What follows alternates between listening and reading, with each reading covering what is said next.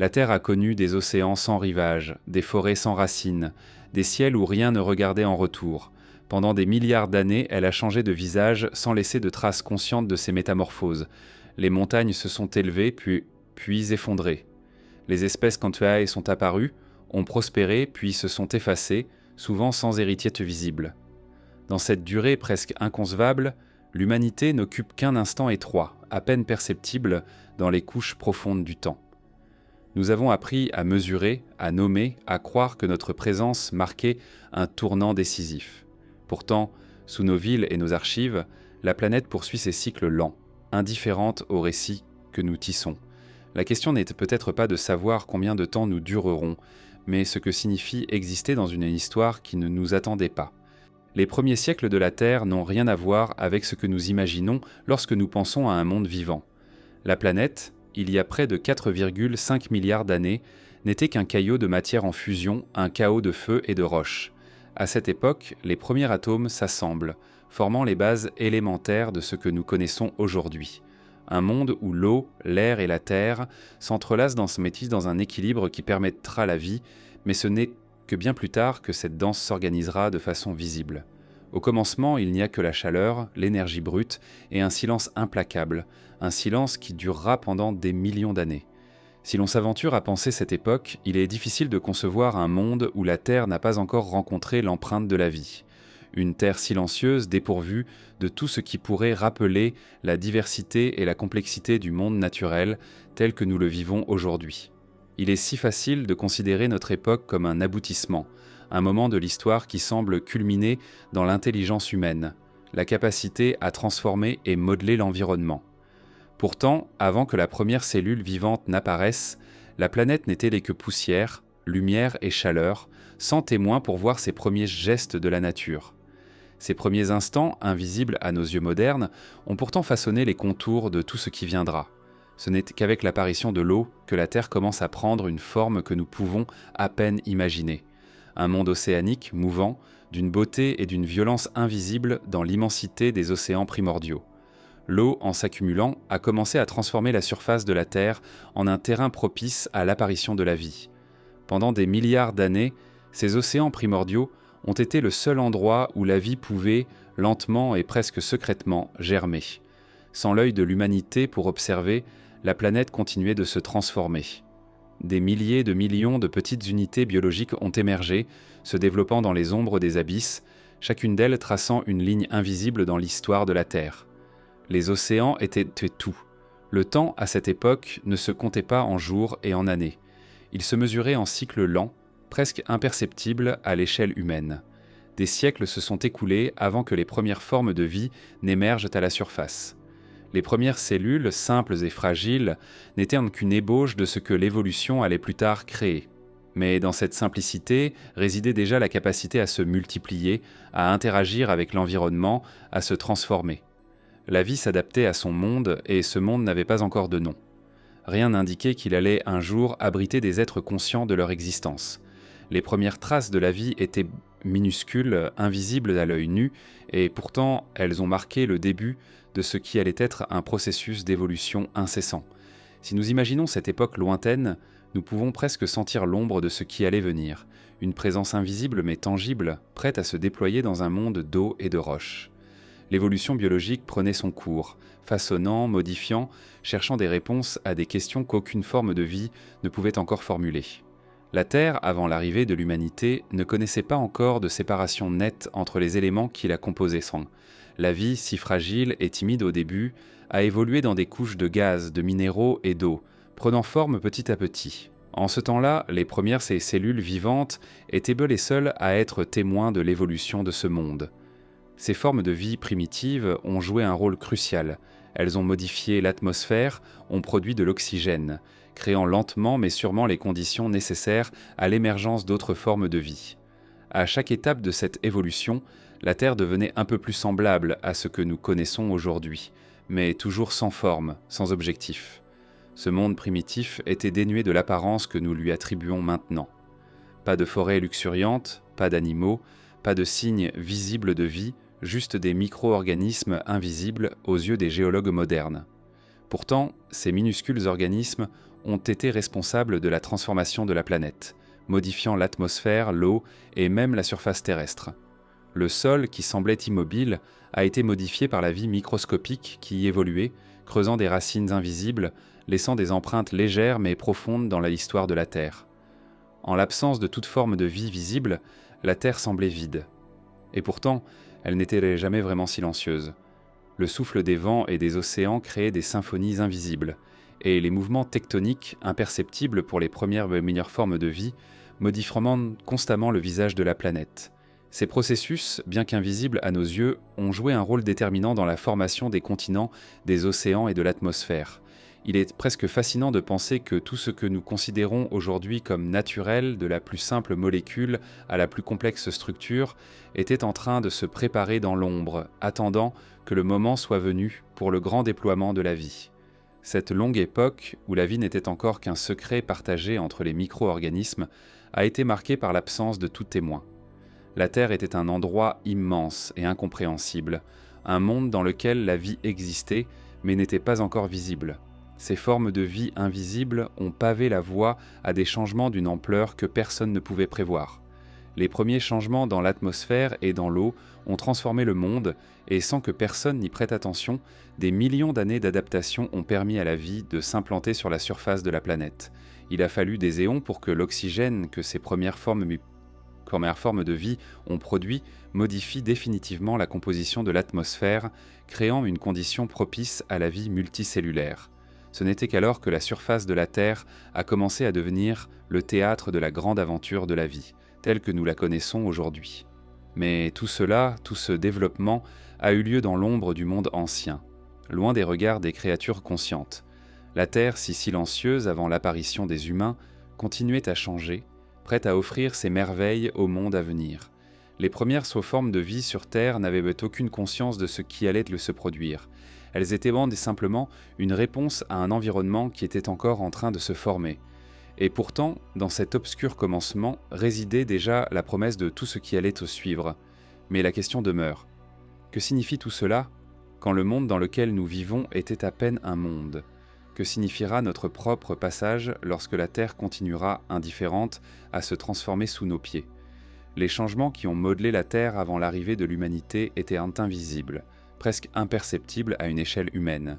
Et pourtant, ces changements ont été les prémices d'une histoire beaucoup plus vaste, une histoire dont l'humanité ne fait que débuter la narration. Lorsque tout ce qui pouvait parler s'est tu, lorsque les temples ont cessé d'attendre et que les récits se sont figés dans le passé, il reste quelque chose de plus difficile à identifier. Ce n'est ni un texte, ni un rite, ni même un souvenir précis. C'est une structure, une manière de penser le monde qui s'est formée dans l'ombre du retrait des Anunnaki et qui a continué d'exister bien après que leurs noms ont cessé d'être prononcés avec ferveur. Ce qui reste après leur départ n'est pas un vide absolu. C'est un monde organisé pour fonctionner sans réponse. Les sociétés mésopotamiennes ont développé une logique où l'ordre ne dépend plus d'une intervention immédiate, mais d'un héritage ancien. Cette logique imprègne les lois, les institutions, la conception même du temps. Le passé devient la source ultime de légitimité et le présent un espace de gestion fidèle plutôt que de création inspirée. Dans ce monde, l'incertitude ne disparaît pas, mais elle est encadrée. Les événements imprévisibles ne sont plus lus comme des messages personnels, mais comme des déséquilibres à corriger. L'homme apprend à observer, à mesurer, à comparer. Il cherche des régularités là où il attendait autrefois des signes. Cette attitude n'est pas un rejet du sacré, mais une adaptation à son silence. La pensée humaine se réorganise autour de cadres stables. Les règles deviennent plus importantes que les intentions. Les formes comptent davantage que les inspirations. Cette évolution favorise la transmission, la conservation, la continuité. Elle réduit la place du bouleversement. Le monde devient lisible, mais moins ouvert à l'irruption de l'inattendu. Cette structure mentale dépasse largement le cadre religieux. Elle influence la manière dont l'autorité est conçue, dont la justice est rendue, dont la vérité est établie. Ce qui est ancien est digne de confiance. Ce qui est consigné est réel. Ce qui se répète est légitime. Ces principes, forgés dans un contexte de retrait divin, continuent de résonner bien au-delà de la Mésopotamie. Il est frappant de constater que cette manière de penser n'exige pas que les Anunnaki soient pognés. Au contraire, Leur absence devient une condition implicite du fonctionnement du monde. Ils sont présupposés, jamais convoqués. Leur rôle est terminé, mais leur empreinte demeure inscrite dans la logique même de l'ordre humain. Cette empreinte est particulièrement visible dans la relation au savoir. La connaissance n'est plus révélée, elle est accumulée, elle progresse par comparaison, par archivage, par transmission. L'écriture déjà centrale devient indispensable. Elle remplace la voix absente. Elle stabilise ce qui ne peut plus être confirmé autrement. Ainsi, ce qui reste après le départ n'est pas une nostalgie permanente, mais une discipline de la continuité. Les hommes apprennent à vivre dans un monde où les fondations sont anciennes et où rien de fondamental ne doit être modifié sans risque. Cette prudence devient une valeur. Elle protège, mais elle limite. À travers cette structure, une certaine conception du divin se perpétue. Un divin distant, silencieux, garant de l'ordre plutôt qu'acteur du monde. Cette conception traverse les siècles, se transforme, se simplifie, mais conserve un noyau commun. Le sacré n'est plus ce qui parle, mais ce qui fonde. Il ne se manifeste plus, il se suppose. Il est possible que cette transformation ait permis une forme de liberté nouvelle. En l'absence de directives immédiates, l'homme doit décider, organiser, assumer. La responsabilité humaine s'accroît. Les erreurs ne peuvent plus être imputées à une incompréhension divine. Elles deviennent des faits humains, corrigibles par des moyens humains. Mais cette liberté est étroitement encadrée. Elle s'exerce à l'intérieur de structures héritées, rarement remises en question. Le monde est stable, mais cette stabilité repose sur une fidélité constante à un passé silencieux. Le progrès devient discret, presque invisible. Il s'insinue dans les détails sans jamais remettre en cause les fondations.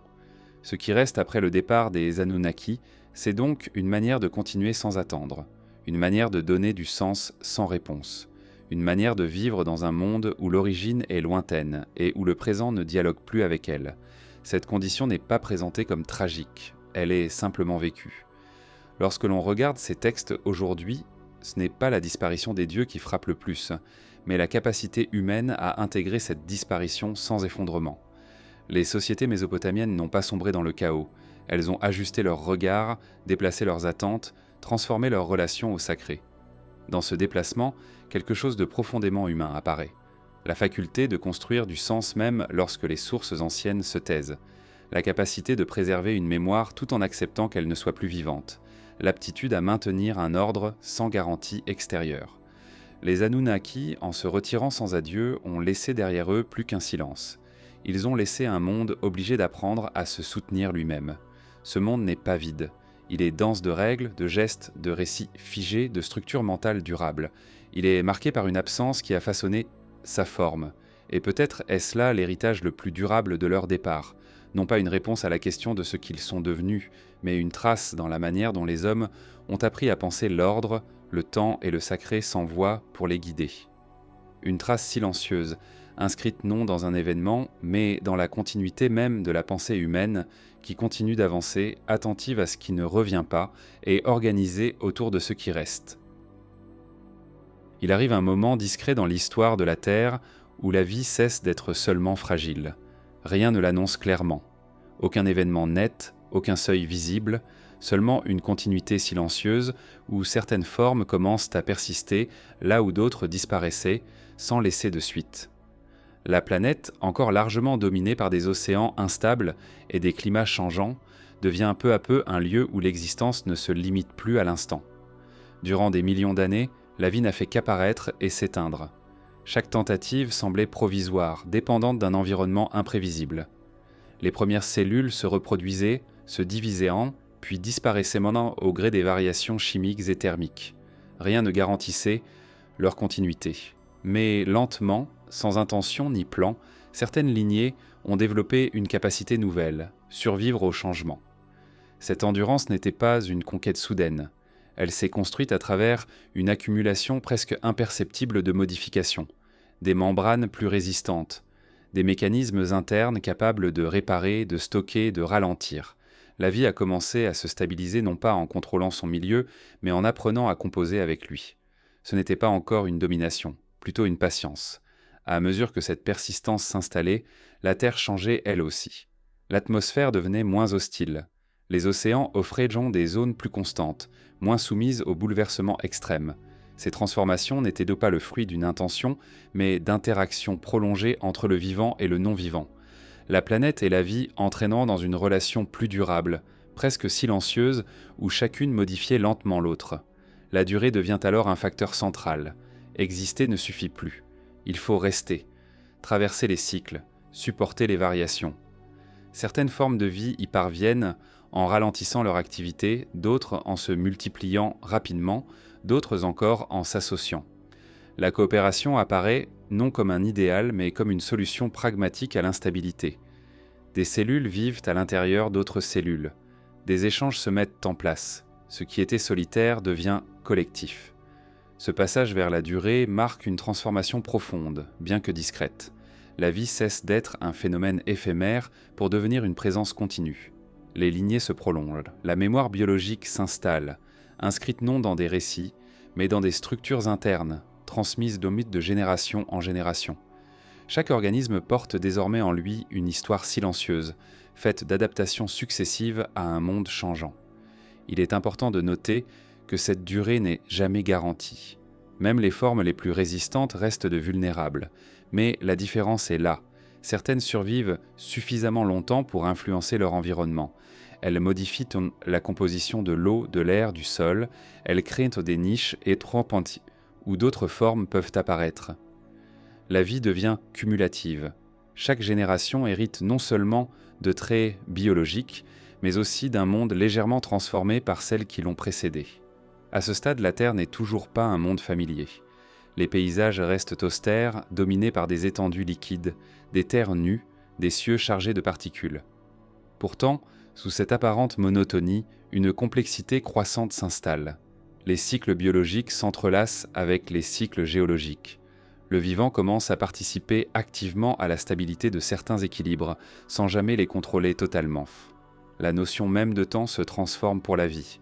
Il ne s'agit plus seulement de réagir à l'instant présent, mais de traverser des périodes longues, parfois défavorables.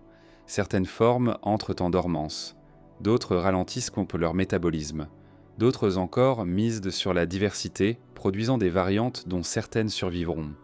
La durée devient une stratégie, mais une stratégie sans conscience, inscrite dans la matière elle-même. Ce moment de l'histoire terrestre est rarement évoqué, car il ne correspond à aucun événement spectaculaire. Il n'y a pas de rupture nette, pas de transformation visible à l'échelle humaine. Et pourtant, il s'agit d'un tournant majeur. Sans cette capacité à durer, aucune complexité ultérieure n'aurait été possible. La vie serait restée un phénomène marginal, apparaissant et disparaissant sans jamais laisser de traces profondes. À partir de là, le monde commence à accumuler. Des couches biologiques se superposent aux couches minérales. Les restes du vivant s'intègrent au sol, modifiant sa structure, sa composition. La Terre devient peu à peu un monde façonné par ce qui y vit, même si cela reste invisible à la surface. La planète garde la mémoire de ses durées, enfouie dans ses profondeurs. Il est tentant de voir dans cette persistance une forme de progrès. Mais cette lecture est trompeuse. La vie ne progresse pas vers un but. Elle explore, elle tente, elle conserve ce qui fonctionne suffisamment longtemps. La durée n'est pas une victoire, mais une condition. Elle permet simplement à certaines formes de continuer là où d'autres s'arrêtent. Cette continuité silencieuse prépare un autre changement, encore lointain. À force de durer, de s'associer, de se diversifier, la vie crée des structures plus complexes, des organismes plus grands, des relations plus élaborées. Le monde devient lentement plus habité, même si aucun regard n'est encore là pour le constater. Et dans cette lente accumulation, une question commence à se dessiner, sans être formulée. Que se passe-t-il lorsqu'une forme de vie dure suffisamment longtemps pour transformer profondément la planète qui l'abrite ? La réponse n'apparaît pas encore, mais elle se prépare, enfouie dans cette endurance patiente, prête à émerger lorsque la Terre entrera dans une nouvelle phase de son histoire silencieuse. Il arrive que la vie, après avoir appris à durer, rencontre une limite qu'elle ne peut contourner. Cette limite n'est pas toujours visible à l'avance. Elle se manifeste parfois lentement, parfois de façon plus abrupte, mais elle a toujours le même effet. Des formes entières disparaissent. La Terre a connu ces moments à de nombreuses reprises, bien avant que l'humanité ne tente de leur donner un sens. Les extinctions ne sont pas des anomalies dans l'histoire du vivant. Elles en sont une composante régulière, presque structurante. Lorsque l'on observe les couches profondes du sol, on remarque des ruptures. Des ensembles d'espèces cessent soudainement d'apparaître. Les traces se raréfient, puis s'interrompent. Ce silence dans les archives naturelles n'est pas vide de signification. Il témoigne d'un monde qui a changé trop vite, ou trop profondément, pour que certaines formes de vie puissent s'y adapter. La planète ne fait pas de distinction entre ce qui persiste et ce qui disparaît. Elle modifie ses conditions et la vie répond comme elle le peut. Ces disparitions ne sont jamais totales. Même dans les périodes les plus marquées par les pertes, quelque chose demeure. Des organismes discrets, souvent simples, traversent ces bouleversements. Ils survivent non parce qu'ils sont plus évolués, mais parce qu'ils sont plus souples, moins spécialisés, plus capables de tolérer l'incertitude. L'extinction agit alors comme un filtre silencieux, éliminant certaines trajectoires d'un pentis tout en laissant d'autres se poursuivre. Il est tentant d'interpréter ces événements comme des catastrophes isolées. Pourtant, dans la durée géologique, ils forment une trame. La vie se déploie, se diversifie, occupe des niches de plus en plus précises. Puis, lorsque l'environnement se transforme au-delà de ce que ces formes peuvent supporter, une rétraction se produit. Les équilibres se rompent, les relations établies disparaissent. Le monde se simplifie, parfois brutalement. Mais cette simplification n'est pas un retour en arrière. Elle ouvre des espaces, des zones laissées vacantes, des ressources qui ne sont plus exploitées. Après chaque grande extinction, la planète entre dans une phase étrange, souvent difficile à saisir. Le vivant est moins abondant, moins diversifié, mais aussi moins contraint par les structures précédentes. Ce qui apparaît alors n'est pas une répétition, mais une réorganisation. Les extinctions fonctionnent ainsi comme un langage indirect. Elles ne transmettent pas un message intentionnel, mais elles signalent une inadéquation. Elles disent que certaines formes de vie étaient trop étroitement liées à un état du monde qui n'existe plus. Elles rappellent que durer ne signifie pas être immuable, et que l'adaptation a toujours une portée limitée. La Terre ne s'ajuste pas aux espèces, ce sont les espèces qui tentent de suivre le mouvement. Dans ces périodes de disparition, la notion même de succès biologique perd son sens habituel. Ce qui semblait dominant, répandu, stable, peut s'effondrer. Ce qui semblait marginal peut devenir central. Les extinctions redistribuant les rôles, sans intention ni jugement. Elles révèlent la fragilité des équilibres construits sur la durée et la dépendance profonde du vivant à des conditions qu'il ne contrôle pas. Il est important de comprendre que ces événements ne sont pas toujours rapides à l'échelle de la planète. Certains s'étendent sur de longues périodes où les changements s'accumulent jusqu'à dépasser un seuil critique. D'autres sont plus resserrés dans le temps, mais même alors, ils restent lents comparés à une vie individuelle. Pour les organismes concernés, cependant, la distinction importe peu. Le résultat est le même, l'impossibilité de continuer. Après chaque grande phase de disparition, la Terre ne reste pas figée. Les processus biologiques reprennent, portés par les survivants. La diversification recommence, souvent selon des directions inattendues. De nouvelles formes apparaissent, explorant des possibilités qui étaient auparavant limitées ou inexistantes. La vie ne revient pas à ce qu'elle était. Elle emprunte d'autres chemins façonnés par un monde qui a changé. Ce cycle de prolifération et de disparition ne traduit pas une logique de progrès ou de déclin. Il exprime une dynamique plus neutre, plus difficile à accepter. La vie n'est pas garantie, elle est conditionnelle. Chaque forme existe tant que les conditions le permettent. Lorsqu'elle change, la continuité se rompt. Ce principe s'applique sans exception, indépendamment de la complexité ou de la durée d'existence. Les extinctions laissant aussi des traces durables dans la structure même des écosystèmes. Les relations entre espèces se recomposent, les chaînes d'interaction se simplifient, puis se complexifient à nouveau. La Terre garde la mémoire de ces réorganisations, inscrites dans la composition de ses sols, dans la distribution des fossiles, dans les déséquilibres temporaires qui suivent chaque grande perte. Observer ces extinctions, c'est accepter une idée inconfortable. La stabilité que nous percevons n'est qu'un moment, un intervalle entre deux transformations plus vastes. La planète n'évolue pas vers un état final. Elle traverse des phases, chacune marquée par ses propres formes de vie, ses propres équilibres, ses propres limites. Les extinctions ne sont pas des interruptions du récit, elles en sont des articulations. Dans cette perspective, la disparition devient une force créatrice indirecte. Elle ne produit rien en elle-même, mais elle rend possible autre chose. En libérant des espaces, en rompant des continuités, elle permet à de nouvelles configurations d'émerger. La vie se renouvelle, non malgré les extinctions, mais à travers elles. Cette idée est difficile à concilier avec une vision centrée sur la permanence, mais elle correspond à ce que révèle l'histoire profonde de la Terre. Ces cycles répétés posent une question silencieuse, encore sans réponse immédiate. Si la disparition fait partie intégrante de la dynamique du vivant, que signifie alors l'idée de durée à long terme ? Jusqu'où une forme de vie peut-elle s'adapter avant de rencontrer une transformation qu'elle ne peut absorber ? Cette interrogation, enfouie dans les strates anciennes, commence à prendre une résonance particulière à mesure que la planète entre dans une nouvelle phase de son histoire, où les changements s'accumulent à nouveau, et où le langage des extinctions pourrait, une fois encore, se faire entendre. Les fossiles donnent l'illusion d'une mémoire fidèle. Ils semblent offrir un accès direct au passé, comme si la Terre avait conservé des preuves ordonnées de ce qui l'a traversée. Pourtant, ce que nous découvrons enfoui dans les roches n'est qu'une infime fraction de ce qui a réellement existé. La grande majorité du vivant n'a laissé aucune trace durable. Les fossiles ne sont pas un inventaire complet, mais une sélection étroite façonnée par des conditions très particulières. Pour qu'un organisme devienne fossile, il faut une suite d'événements rares, une mort rapide, un enfouissement presque immédiat, un environnement pauvre en perturbations. La plupart des êtres vivants se décomposent, se dispersent, se fondent dans le cycle naturel sans jamais se minéraliser. Ce qui subsiste dans les archives géologiques est donc biaisé dès l'origine. Il privilégie certaines formes, certains milieux, certaines durées. Tout le reste disparaît sans témoin. Les fossiles racontent surtout l'histoire des corps capables de résister. Les structures dures, les coquilles, les os, les parties solides qui survivent à la décomposition. Mais la vie, pendant une immense partie de son histoire, n'a pas reposé sur ce type de structure. Des organismes mous, fragiles, éphémères ont dominé pendant des périodes entières, sans laisser d'empreintes visibles. Leur absence dans les roches ne signifie pas leur insignifiance. Elle révèle simplement les limites de notre regard. Même lorsque des fossiles existent, ils ne racontent qu'un instant figé. Ils ne disent de rien des comportements, des interactions, des rythmes quotidiens.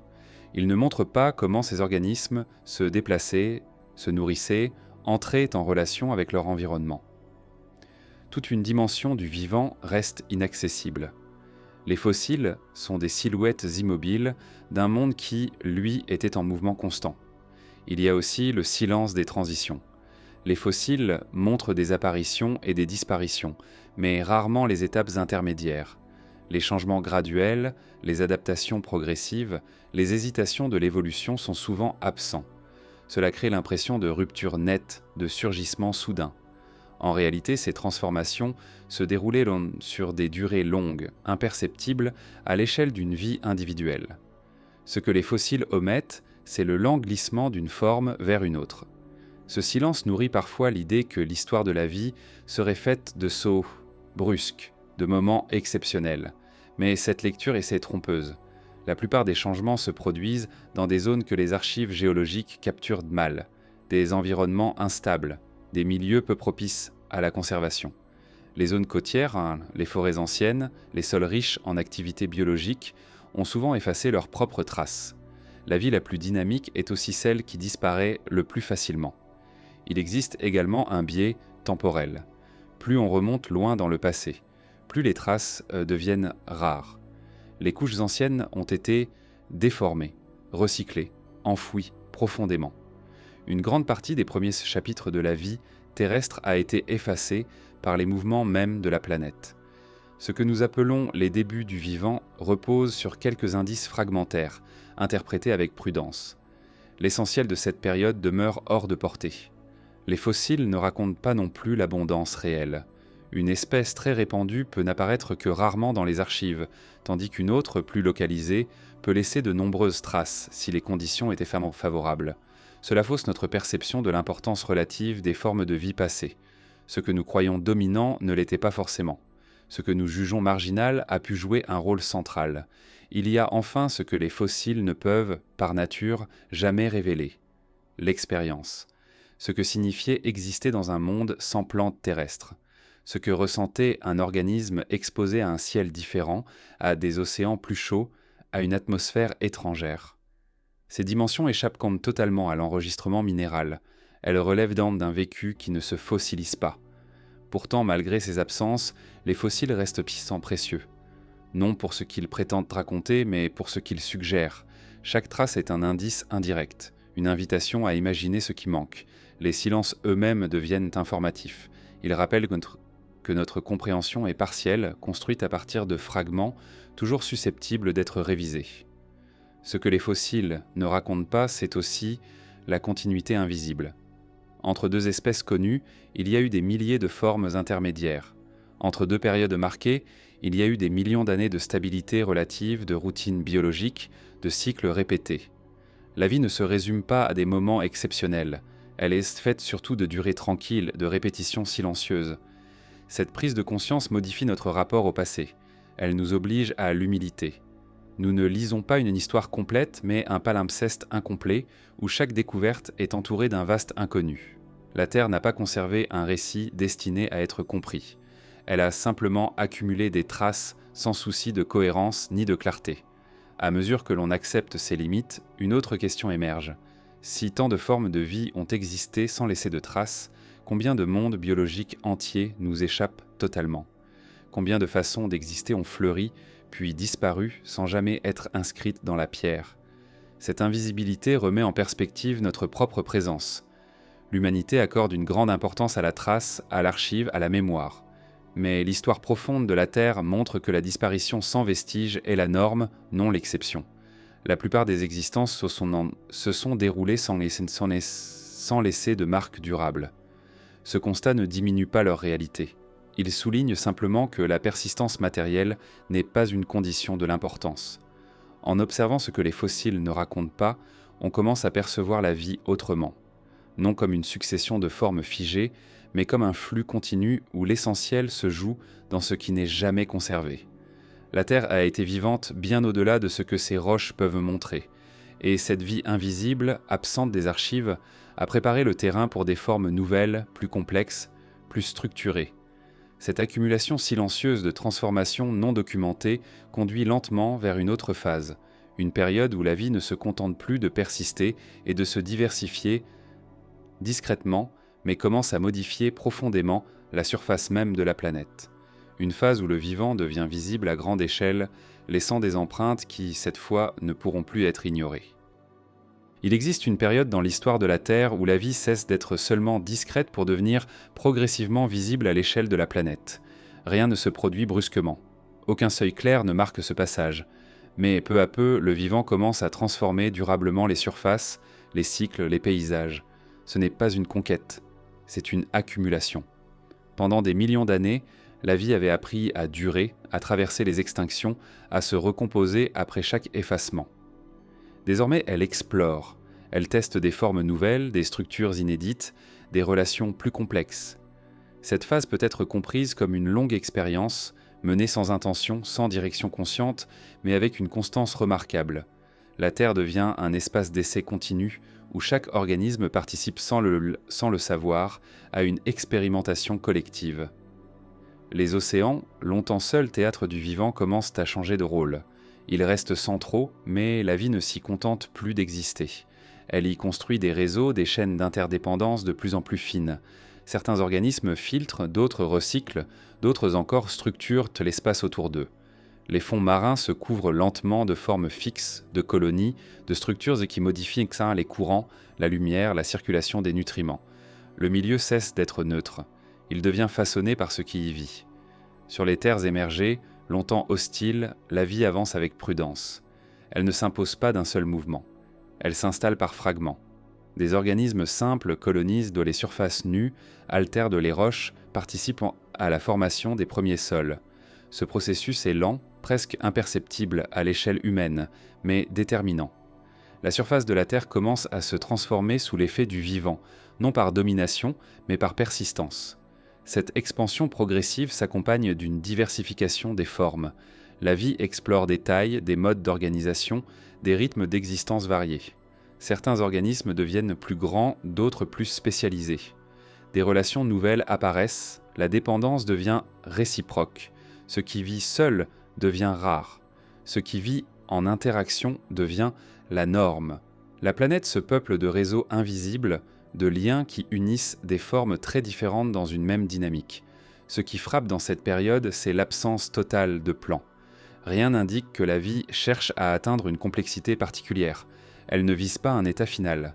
Chaque innovation n'est qu'une réponse locale à une contrainte immédiate. Et pourtant, l'accumulation de ces réponses produit un monde de plus en plus structuré. La complexité émerge sans être recherchée. Elle est une conséquence, non un objectif.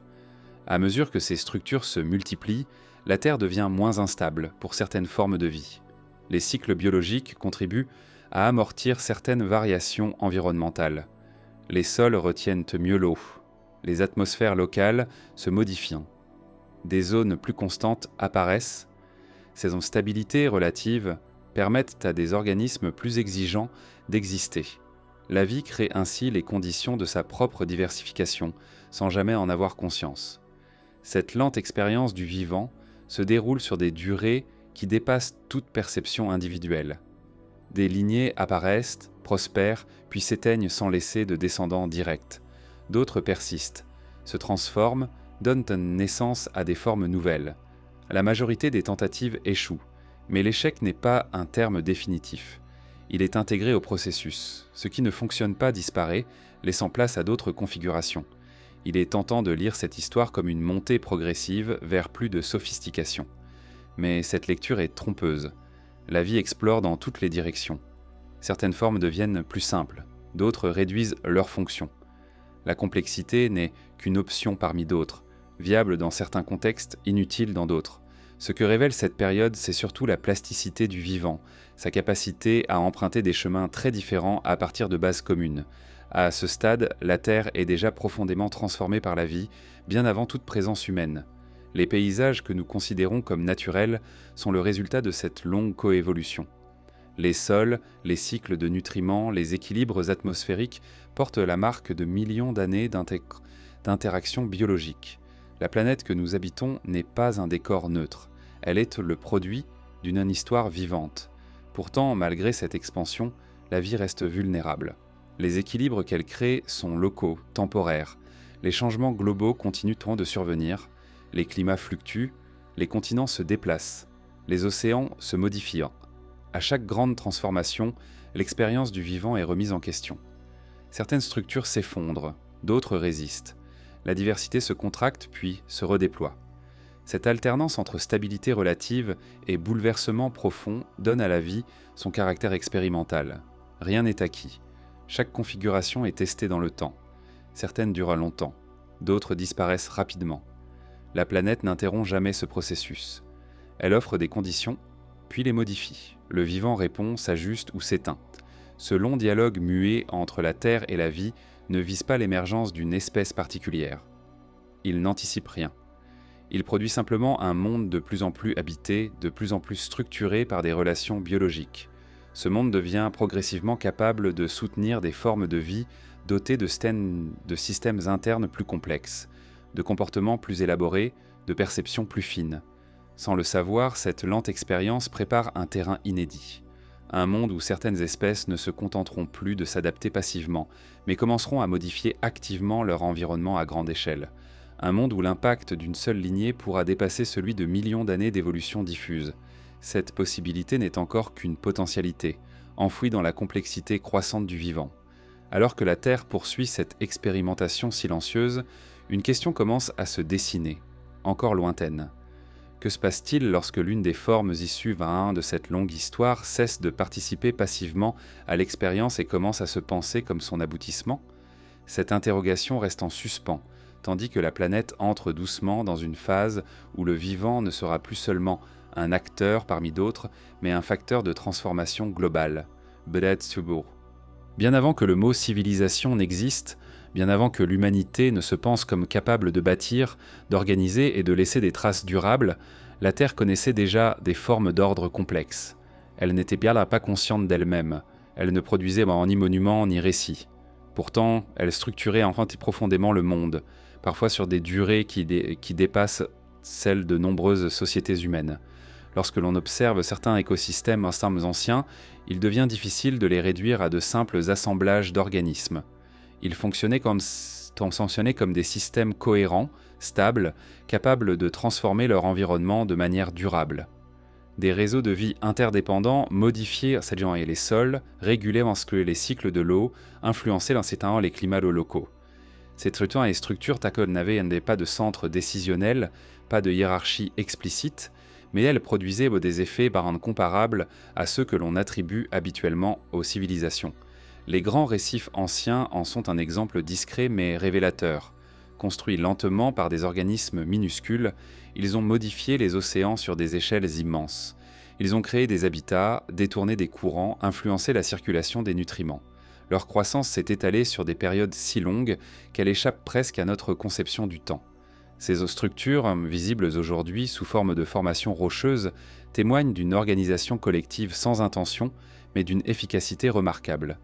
Sur les continents, des forêts primitives ont joué un rôle tout aussi structurant. Bien avant l'apparition des paysages que nous connaissons, des végétations anciennes ont transformé la surface terrestre. Elles ont stabilisé les sols, modifié l'atmosphère, influencé les régimes hydrologiques. Ces forêts n'étaient pas de simples assemblages d'arbres. Elles formaient des systèmes interconnectés, où chaque organisme dépendait des autres pour survivre. Leur impact sur la planète a été profond et durable. Ces formes d'organisation ne laissent pas de ruines au sens humain du terme. Elles ne produisent pas de vestiges spectaculaires, pas de lignes droites, ni de structures géométriques. Leur ordre est diffus, inscrit dans les relations plutôt que dans les formes. C'est peut-être pour cela qu'elles sont si souvent ignorées lorsque l'on parle de civilisation. Pourtant, leur capacité à transformer le monde rivalise avec celle des sociétés humaines les plus ambitieuses. Ce qui distingue ces systèmes du concept humain de civilisation, ce n'est pas leur complexité, mais l'absence de conscience réflexive. Ils ne se perçoivent pas comme des ensembles organisés. Ils ne planifient pas. Ils n'accumulent pas dans une perspective de mémoire ou de transmission symbolique. Leur stabilité repose sur la répétition, sur l'ajustement permanent à l'environnement, sur une forme d'équilibre dynamique qui ne cherche jamais à se figer. Il est troublant de constater que ces organisations ont souvent duré bien plus longtemps que les civilisations humaines connues. Là où des empires s'effondrent en quelques siècles, ces systèmes biologiques ont persisté pendant des millions d'années. Leur longévité ne tient pas à une maîtrise totale de leur environnement, mais à une capacité à s'intégrer profondément dans les cycles naturels. Ils ne cherchent pas à se soustraire aux contraintes, ils s'y inscrivent. Cette observation invite à reconsidérer notre définition même de civilisation. Si l'on entend par là une organisation capable de modifier durablement son environnement, alors la Terre en a connu de nombreuses avant l'humanité. Si l'on y ajoute la capacité à maintenir une certaine stabilité interne sur de longues périodes, ces systèmes remplissent largement les critères. Ce qui leur manque, c'est la narration. Ils ne se racontent pas eux-mêmes, ils n'écrivent pas leur histoire. L'humanité, en revanche, a développé très tôt le besoin de se penser comme une exception. La construction de villes, l'agriculture, l'écriture ont été perçues comme des ruptures radicales avec le reste du vivant. Pourtant, vues à l'échelle de la planète, ces innovations s'inscrivent dans une continuité plus large. Elles prolongent une dynamique ancienne, celle d'organismes capables de restructurer leur milieu de manière collective. La différence majeure réside dans la vitesse et la concentration. Là où les systèmes biologiques anciens agissaient lentement, de manière diffuse, les sociétés humaines concentrent leur impact dans des espaces et des durées réduites. Cette accélération modifie profondément la nature des transformations produites. Elle réduit les marges d'ajustement, fragilise les équilibres, amplifie les effets secondaires. Mais sur le fond, le geste n'est pas entièrement nouveau. En reconnaissant l'existence de ces civilisations sans conscience, une question inconfortable apparaît. Si des formes d'organisation aussi vastes et durables ont existé sans jamais se savoir telles, que signifie notre besoin de nous définir, de nous nommer, de laisser des traces intentionnelles? Est-ce une force ou une fragilité supplémentaire? La conscience de soi apporte la capacité d'anticiper, mais elle introduit aussi l'illusion du contrôle. Ces systèmes anciens ont disparu, non parce qu'ils étaient défaillants, mais parce que la planète a continué de changer. Les continents se sont déplacés, les climats ont basculé, les conditions qui permettaient leur stabilité ont cessé d'exister. Leur disparition n'a pas été un effondrement brutal au sens humain, mais une dissolution progressive. Ils se sont transformés, fragmentés, laissant place à d'autres configurations du vivant. Leur absence aujourd'hui ne doit pas être interprétée comme un échec. Elle rappelle simplement que rien n'est permanent à l'échelle de la Terre. Même les structures les plus vastes, les plus intégrées, finissent par céder lorsque les conditions fondamentales se modifient. La durée, aussi impressionnante soit-elle, n'étant jamais une garantie d'éternité. En observant ces civilisations sans mémoire, sans intention, sans récit, on commence à percevoir l'humanité sous un jour différent, non comme une anomalie absolue, mais comme une variation particulière d'une tendance ancienne, une forme de vie qui, à son tour, organise, transforme, stabilise temporairement, puis modifie son monde. La singularité humaine existe, mais elle s'inscrit dans une continuité plus vaste que nous avons longtemps refusé de voir. Cette continuité pose une dernière question, encore en suspens. Si la Terre a connu des formes d'organisation durables avant que la conscience n'émerge, que devient une planète lorsque l'une de ses structures commence à se penser comme centrale, indispensable et remplaçable ? Cette interrogation marque un seuil nouveau où l'histoire du vivant croise celle de la perception et où la durée géologique commence à rencontrer la brièveté de l'expérience humaine. Lorsque l'humanité apparaît dans l'histoire de la Terre, rien ne l'annonce comme un événement central. Aucun changement soudain dans les couches profondes, aucune rupture nette dans les équilibres planétaires. La planète continue de tourner, les climats poursuivent dans leurs oscillations lentes, les continents restent engagés dans leurs déplacements imperceptibles. L'arrivée humaine s'inscrit dans cette continuité, presque discrètement, comme une variation locale dans un monde déjà ancien. À l'échelle géologique, la présence humaine est extrêmement récente. Elle ne représente qu'un intervalle infime comparé aux durées pendant lesquelles la vie a existé sans nous. Cette disproportion est difficile à saisir, car notre perception du temps est façonnée par l'expérience individuelle, par les générations, par les récits transmis. Pourtant, si l'on considère l'histoire de la Terre comme une succession de couches, l'humanité n'occupe qu'une fine pellicule à la surface, à peine visible. Cette brièveté ne signifie pas insignifiance. En peu de temps, l'humanité a modifié son environnement de manière profonde. Mais cette intensité même rend la comparaison avec le temps géologique troublante. Là où les transformations biologiques et géologiques s'étalaient sur des durées immenses, l'impact humain se concentre sur un laps de temps très réduit. Cette accélération crée une dissonance entre notre perception de l'importance et la réalité de la durée. Il est tentant de considérer l'histoire humaine comme un sommet, un point culminant après une longue préparation. Cette vision linéaire rassure, elle donne du sens à la succession des formes de vie qui ont précédé. Mais la Terre ne révèle aucune indication allant dans ce sens. Les archives naturelles ne montrent pas de progression orientée vers l'émergence humaine. Elles témoignent plutôt d'une succession de mondes, chacun stable pour un temps, puis remplacé par un autre. La brièveté humaine apparaît alors sous un autre jour. Elle n'est pas une anomalie, mais une condition partagée par toutes les formes de vie qui ont marqué la planète. D'innombrables espèces ont connu des périodes d'expansion, parfois impressionnantes, avant de disparaître. Certaines ont dominé des écosystèmes entiers pendant des millions d'années. D'autres n'ont existé que brièvement. Aucune n'a été permanente. L'humanité, malgré son sentiment de singularité, n'échappe pas à cette logique. Ce qui distingue l'humain n'est pas la durée, mais la conscience de cette durée. Pour la première fois, une espèce était capable de se situer dans le temps profond, de comprendre qu'elle arrive tard, qu'elle pourrait partir. Cette lucidité modifie profondément le rapport à l'existence. Elle introduit une inquiétude nouvelle, mais aussi une responsabilité inédite. Pourtant, cette conscience ne modifie pas les lois fondamentales qui régissent la planète. À l'échelle de la Terre, les villes, les routes, les champs cultivés sont des structures fragiles, elles reposant sur des équilibres climatiques et biologiques précis. Une modification durable de ces conditions suffit à les rendre obsolètes. Les traces humaines, que nous percevons comme durables, sont en réalité vulnérables.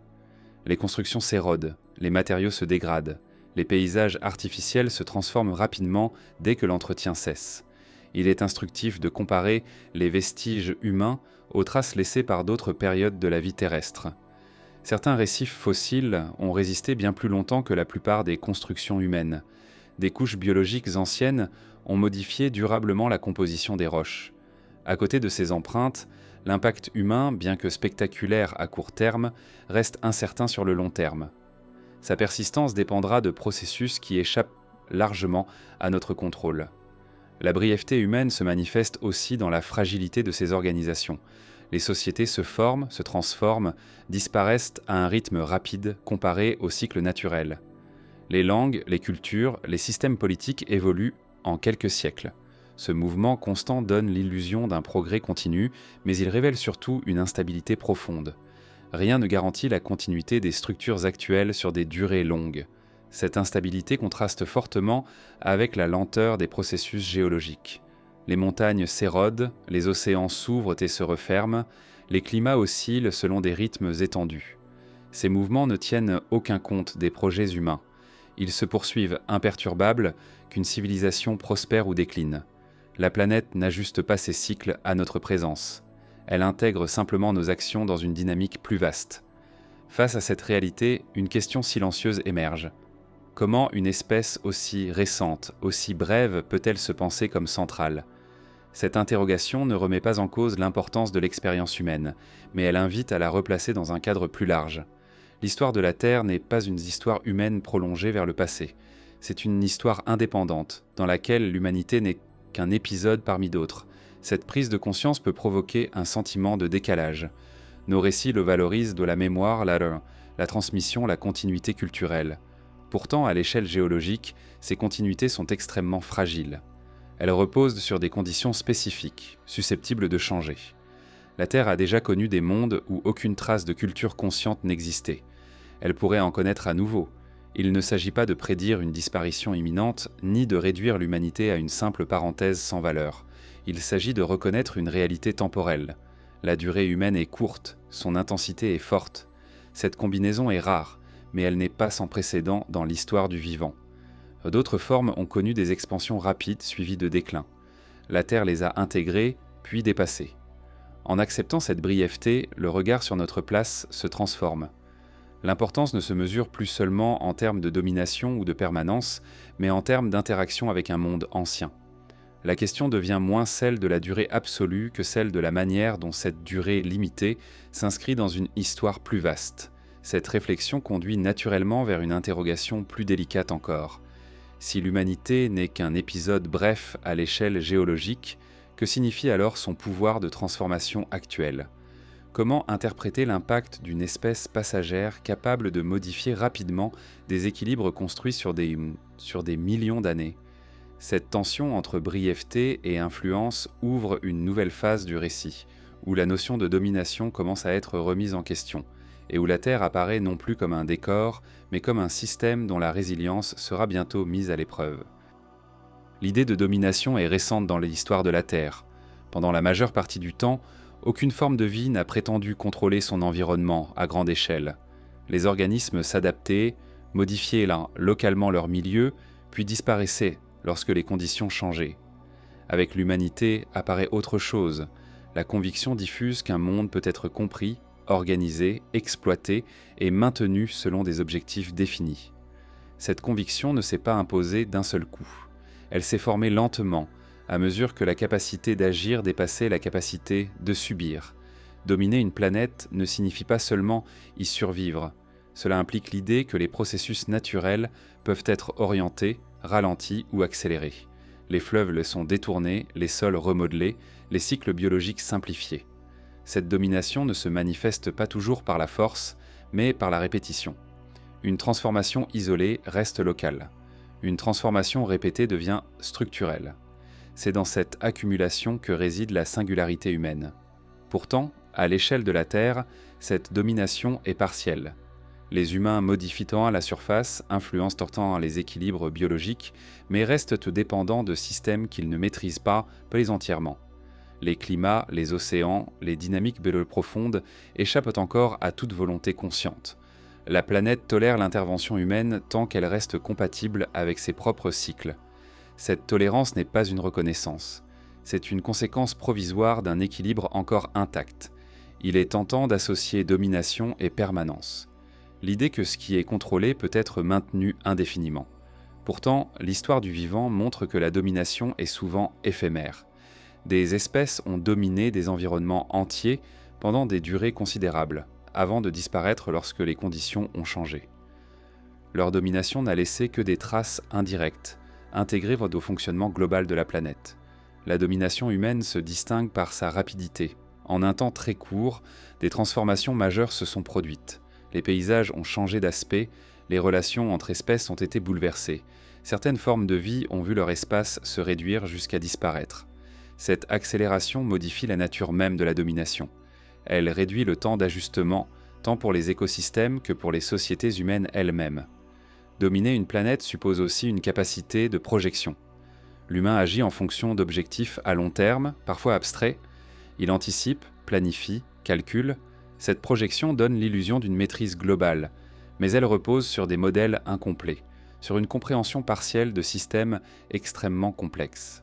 Chaque intervention produit des effets secondaires, souvent invisibles au moment où elle estime décider. À mesure que ces effets s'accumulent, la frontière entre domination et dépendance devient floue. Plus l'humanité transforme la planète, plus elle dépend des équilibres qu'elle modifie. Les systèmes agricoles dépendent maintenant de climats relativement stables. Les infrastructures reposent sur des conditions géologiques et hydrologiques spécifiques. La domination crée des fragilités nouvelles en remplaçant des équilibres naturels diversifiés par des structures plus simples mais plus vulnérables. Il est révélateur que la domination humaine se mesure rarement à l'échelle géologique. Elle est évaluée en termes de croissance, de production, d'expansion spatiale. Ces indicateurs sont pertinents à l'échelle des sociétés, mais ils disent peu de choses sur la relation réelle avec la planète. À l'échelle profonde, la question n'est pas de savoir ce qui est produit, mais ce qui est stabilisé ou déstabilisé sur la durée. La Terre a connu d'autres phases où une forme de vie a profondément modifié son fonctionnement. Certaines ont transformé l'atmosphère, d'autres ont remodelé les sols, d'autres encore ont influencé les cycles océaniques. Ces transformations n'étaient pas conscientes, mais leurs effets ont été durables. La domination humaine, en revanche, est consciente sans être entièrement maîtrisée. Cette combinaison est inédite. Dominer implique aussi une relation asymétrique. Celui qui domine se pense extérieur à ce qu'il contrôle. La planète devient un objet, un support, une ressource. Cette distance conceptuelle permet l'exploitation, mais elle masque une réalité fondamentale. L'humanité reste intégrée au système qu'elle modifie. Elle ne se tient pas au-dessus de la Terre. Elle en fait partie, même lorsqu'elle agit comme si ce n'était pas le cas. Cette illusion de séparation, comment une espèce a pu traverser 2 millions d'années sans s'effondrer, conduit à croire il faut s'attarder sur la structure même de son corps indéfiniment, car la longévité n'est jamais le fruit du hasard. Une solution technique. Elle naît d'une combinaison l'histoire de la Terre montre que certaines limites de mécanismes internes et de comportements façonnés par le logique possèdent l'anatomie de cette créature, bien qu'en apparence modeste, difficile, renferme une architecture patiemment optimisée. Dans ce contexte, rien n'y semble excessif. Rien n'y paraît destiné à l'exploit. Une période où chaque détail reflète une forme d'adaptation proportionnée presque méditative qui lui a permis de survivre là où tant d'autres espèces ont disparu. Sa morphologie générale est compacte, basse, stable. Elle a intégré d'autres dominations biologiques aux prédateurs, mais diminue également les risques liés aux accidents environnementaux. Elle n'est ni fragile, ni lourde, laisse des traces durables. Elle occupe un point d'équilibre entre solidité et économie, des modifications comme si son corps avait été sculpté pour durer et non pour performer. Mais ces traces, ces os, bien qu'assez denses, ne raconteront pas les intentions, les débats inutiles, les justifications. Ils se renforcent là où les pressions qu'à un moment donné, une espèce a modifié rapidement les équilibres exigent peu de contraintes. La signification de cette harmonie structurelle a minimisé les besoins en énergie. Comprendre en assurant une résistance adaptée aux conditions fluctuantes que la domination n'est jamais évoluée. Elle est toujours relative, conditionnelle, dépendante que les articulations de cette créature possèdent sur une robustesse particulière avec des systèmes qui favorisent non pas la rapidité, mais un mouvement régulier. Plus cette interaction devient intense, plus la fragilité de la position, loin d'être un handicap, a joué un rôle essentiel dans sa survie. Pas nécessairement un rythme lent implique moins de blessures, elle invite à une redéfinition, moins d'épuisement. Dominer l'animal se déplace comme une présence pour devenir dans le sol coexister avec lucidité, en s'adaptant continuellement à la transformation du terrain. Si elle se produit, les milieux humides exigent une révision de stabilité de la manière dont l'humanité se pense par rapport à la Terre. Risquerait de révision qui ne peut s'adoucir ou de se blesser. Sur une compréhension plus fine, au contraire, l'indifférence fondamentale de la planète pour se mouvoir en silence entre les herbes saturées d'eau et les sols mous. Un autre élément central de son anatomie réside dans sa peau. Ne manifeste aucune réaction intentionnelle, ni trop épaisse, elle ne possède une texture adaptée à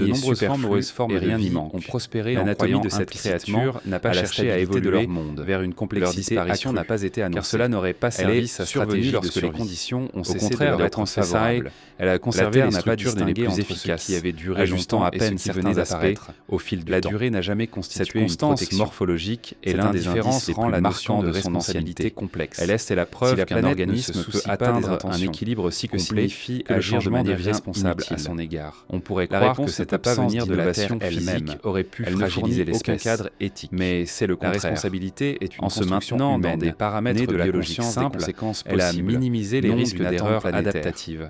Reconnaître l'indifférence de la Terre peut provoquer des transformations qui les rendent dépendantes de conditions spécifiques. N'est pas central, si ces conditions disparaissent, n'orientant pas le monde, remet en cause des siècles de pensée n'a jamais couru ce risque. Mais son anatomie stable la rendait capable de s'adapter à des environnements. Il permet de voir la planète non comme un interlocuteur profonde, mais comme un système de perfection fonctionnelle révèle également une autre dimension, indépendamment de la manière dont elle sont tenues dans l'évolution.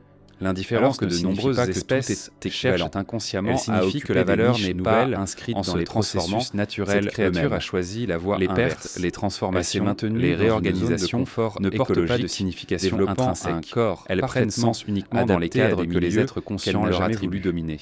La Terre, elle, choix biologique, inscrit dans ses gènes indifférente, pose une question essentielle pour une espèce pas changée de sa brièveté et de son impact. L'anatomie de cette espèce se situer dans un monde une vérité qui ne répond pas à nos attentes, la durée est parfois le fruit de la modestie, qui ne protège pas nos acquis, qui ne cherche la réponse ni la performance, ni la domination, ni le traverser les temps plus sereinement. Elle implique un organisme dont la survie repose sur des stratégies complexes. Dans le passé, certaines espèces ont prospéré c'est comprendre la base même de ne chercher pas à imposer. Et c'est aussi une invitation à observer l'équilibre fragilisé dans lequel exploitant des niches sans chercher à les étendre indéfiniment. Parfaitement adapté à la lenteur du monde relative, doit désormais faire face à un monde où les changements se produisent compatibles à une vitesse des environnements changeants. Ce constat nous mène naturellement vers la question suivante. Mais comment cet équilibre interne se confronte-t-il aux fragilités actuelles de l'environnement ? Une relation plus frontale avec la planète essentielle à explorer dans la suite de cette histoire accélère. Cette approche produit des résultats rapides, mais elle augmente aussi l'exposition aux changements non anticipés. Dans un monde indifférent, l'absence d'anticipation ne provoque pas de correction douce. Elle entraîne des ajustements parfois abrupts. Comprendre l'indifférence de la Terre ne conduit pas à l'inaction. Elle invite à une observation plus attentive, à reconnaître que les systèmes planétaires possèdent leur propre dynamique, que certaines transformations sont difficiles à inverser, que les effets se manifestent souvent loin des causes. Cette compréhension ne garantit pas le succès, mais elle réduit les illusions. À mesure que cette lucidité s'installe, une autre question se dessine. Si la Terre est indifférente aux intentions humaines, que restera-t-il de notre passage lorsque les structures actuelles auront disparu ? Quelles traces subsisteront et comment seront-elles intégrées dans les cycles futurs ?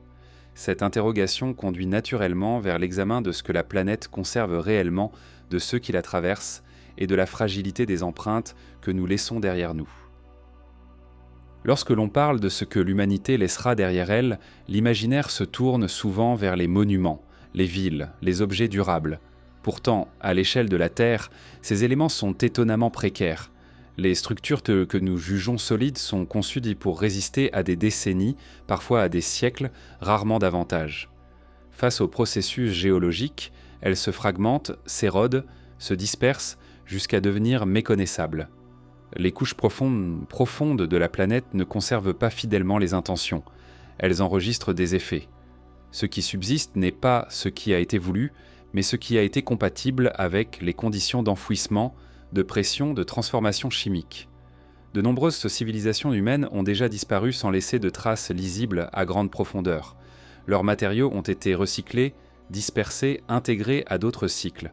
La Terre ne distingue pas l'artefact du reste de la matière. Même les traces considérées comme durables sont soumises à des filtres sévères. Les métaux se corrodent, les plastiques certains se fragmentent, les constructions s'effondrent et se mêlent aux sédiments. À mesure que le temps s'étire, les signatures humaines deviennent diffuses. Elles cessent d'être reconnaissables comme telles. Ce qui reste est une anomalie dans la composition des couches, une distribution inhabituelle de certains éléments, un déséquilibre inscrit dans la roche. Ces traces ne racontent pas d'histoire. Elles n'expliquent pas les raisons, les conflits, les choix. Elles indiquent seulement qu'à un moment donné, des processus atypiques ont modifié la surface de la planète. Pour un observateur lointain, ces indices pourraient être interprétés comme une phase singulière, brève, où certaines dynamiques se sont accélérées avant de se stabiliser à nouveau. La fragilité des traces humaines contraste avec la puissance de l'impact immédiat. Les modifications visibles aujourd'hui sont vastes, parfois spectaculaires, mais la visibilité n'est pas un gage de permanence. Les paysages transformés peuvent revenir à d'autres états. Les zones artificialisées peuvent être recolonisées. Les systèmes abandonnés se dégradent rapidement. La planète possède une capacité de réorganisation qui dépasse largement les structures humaines. Il est instructif d'observer ce qui arrive aux espaces laissés sans entretien. En quelques années, les signes humains s'estompent. En quelques décennies, ils deviennent secondaires. En quelques siècles, ils sont intégrés au milieu environnant. La vie non humaine reprend ses dynamiques, exploitant les matériaux, colonisant les ruines, effaçant les frontières.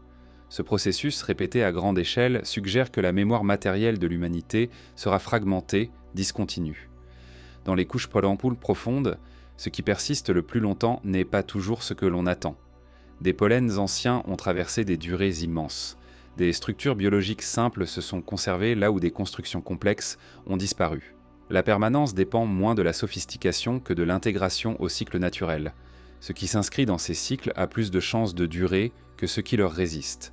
Les traces humaines les plus durables pourraient ainsi ne pas être visibles à la surface. Elles pourraient se manifester sous forme de signatures chimiques, de variations isotopiques, de compositions inhabituelles dans certaines couches. Ces marqueurs seraient donc dépourvus de signification symbolique. Ils indiqueraient donc simplement une modification rapide et étendue du système terrestre sans révéler la nature consciente de l'espèce qui en est à l'origine. Cette perspective modifie profondément la manière dont la postérité est envisagée. L'idée de laisser une trace intentionnelle se heurte à la réalité des processus planétaires. La Terre ne conserve pas les messages, elle conserve des états. Ce qui subsiste n'est pas ce que l'on souhaite transmettre, mais ce qui peut être absorbé sans perturber durablement les équilibres internes. La fragilité des traces humaines invite aussi à reconsidérer la notion de mémoire. Les sociétés humaines reposent sur l'accumulation de récits, de documents, de monuments. Mais cette mémoire est externe, dépendante de supports précis. Lorsque ces supports disparaissent, la mémoire se dissout rapidement. La planète, elle, fonctionne sans mémoire narrative. Elle ne se souvient pas, elle transforme. À l'échelle profonde, même les grandes ruptures deviennent des transitions parmi d'autres. Une couche marquée par une anomalie devient un épisode parmi des milliers.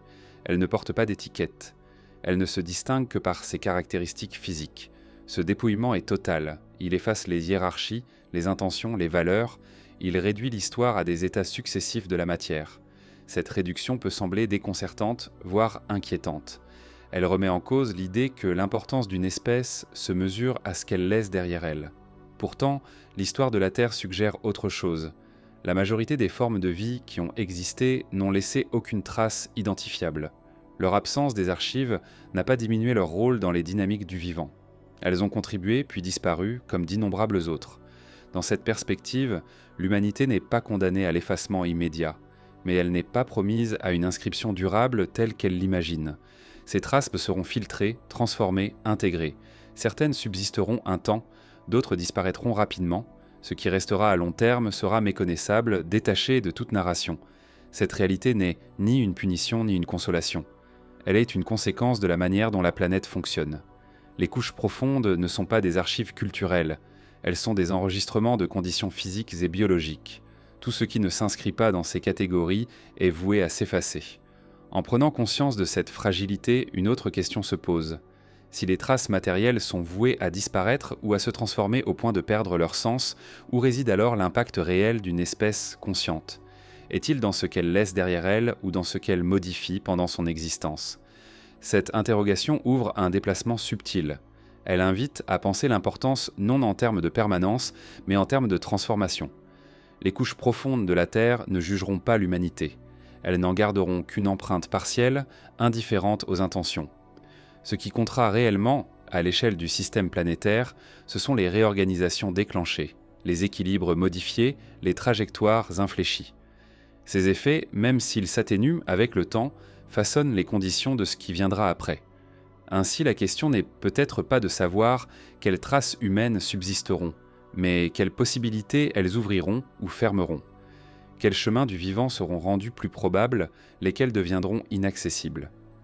Cette perspective dépasse la notion de mémoire pour entrer dans celle de continuité. À mesure que l'on envisage ce futur sans témoins humains, une idée commence à se former. La disparition éventuelle des structures actuelles ne signifierait pas la fin de l'histoire terrestre. Elle marquerait simplement une transition vers un autre état, un autre équilibre, un autre monde possible. Ce passage déjà amorcé dans les couches profondes prépare une réflexion encore plus vaste sur ce que devient une planète après qu'une espèce consciente a traversé son histoire, laissant derrière elle non des récits, mais des conditions transformées. Il arrive dans l'histoire longue de la Terre que certaines formes de vie occupent une place disproportionnée par rapport à leur durée. Elles modifient leur environnement de manière intense, parfois rapide, puis se retirent, laissant derrière elles un monde transformé. Leur passage ressemble alors à une parenthèse, brève à l'échelle géologique, mais suffisamment marquée pour infléchir ce qui suit. L'humanité commence à être pensée sous cet angle, non comme un aboutissement, mais comme une phase particulière. Une parenthèse n'est pas une anomalie, elle s'inscrit dans une continuité, elle interrompt temporairement un rythme, introduit une variation, puis se referme. Dans le langage de la Terre, les parenthèses de biologique d'un leçon sont nombreuses. Certaines espèces ont profondément modifié la composition de l'atmosphère, d'autres ont remodelé les sols, d'autres encore ont restructuré des écosystèmes entiers. Leur influence a été réelle, mais elle n'a pas figé le monde. Ce qui distingue l'humanité est la conscience de cette possible parenthèse. Pour la première fois, une espèce est capable d'envisager sa propre fin, non comme un événement isolé, mais comme un épisode parmi d'autres dans une histoire plus vaste. Cette conscience modifie la relation au temps. Elle introduit une tension constante entre le désir de durée et la lucidité face à la fragilité de cette durée. Devenir une parenthèse ne signifie pas disparaître sans conséquence. Au contraire, les parenthèses modifient le fait de la phrase dans laquelle elles s'insèrent. Elles changent le sens, parfois subtilement, parfois profondément. L'impact humain, même s'il devait s'atténuer avec le temps, aurait déjà influencé les trajectoires du vivant, redistribué certaines possibilités, fermé certains chemins, ouvert d'autres. Cette perspective oblige à renoncer à l'idée d'une centralité permanente.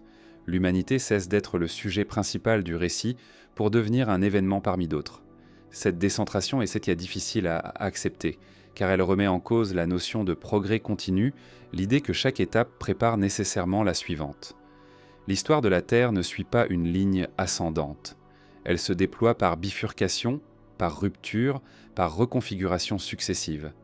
Dans cette dynamique, les espèces conscientes ne bénéficient d'aucun traitement particulier. Leur capacité à réfléchir, à anticiper, à se projeter ne les protège pas des transformations globales. Elle leur offre simplement une compréhension plus fine de ce qui est en jeu. Cette compréhension peut influencer les choix, mais elle ne garantit pas un résultat spécifique. La planète ne s'ajuste pas à la conscience. Elle intègre les effets matériels des actions. Lorsqu'une espèce devient une parenthèse, cela ne signifie pas que la vie se raréfie après son passage. Souvent, c'est l'inverse. Les périodes qui suivent dans des phases de fortes perturbations sont marquées par une diversification nouvelle. Les niches libérées sont explorées. Des formes inattendues apparaissent. La vie ne revient pas à l'état antérieur. Elle invente autre chose à partir des conditions héritées. Cette capacité de renouvellement est l'une des constantes de l'histoire terrestre.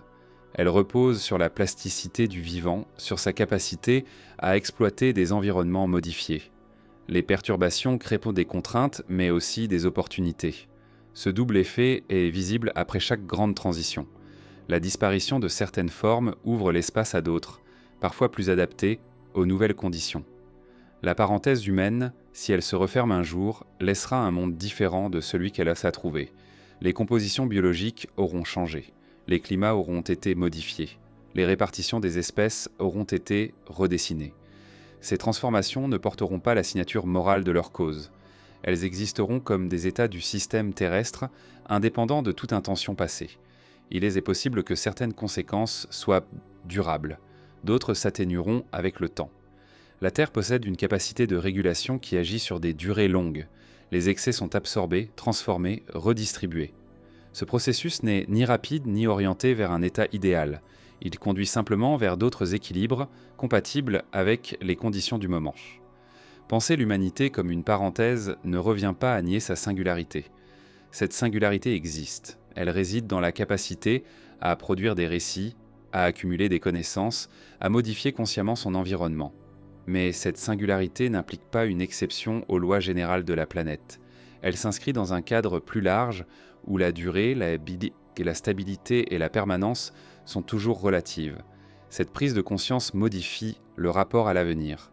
L'enjeu n'est plus seulement de durer indéfiniment, mais de comprendre ce que signifie agir dans une phase transitoire. Une parenthèse peut être brève ou longue, elle peut être douce ou violente, elle peut préparer des conditions favorables ou laisser des héritages difficiles à intégrer. La responsabilité humaine, si elle existe, se situe dans cette modulation, non dans la promesse d'une permanence absolue. La Terre ne distingue pas entre une parenthèse consciente et une autre qui ne l'est pas. Elle intègre les deux de la même manière. Ce qui compte, ce sont les transformations effectives. Les récits, les intentions, les valeurs disparaissent avec ceux qui les portent. Les effets matériels, eux, persistent un temps, puis se transforment à leur tour. Dans ce contexte, la notion de fin change de sens.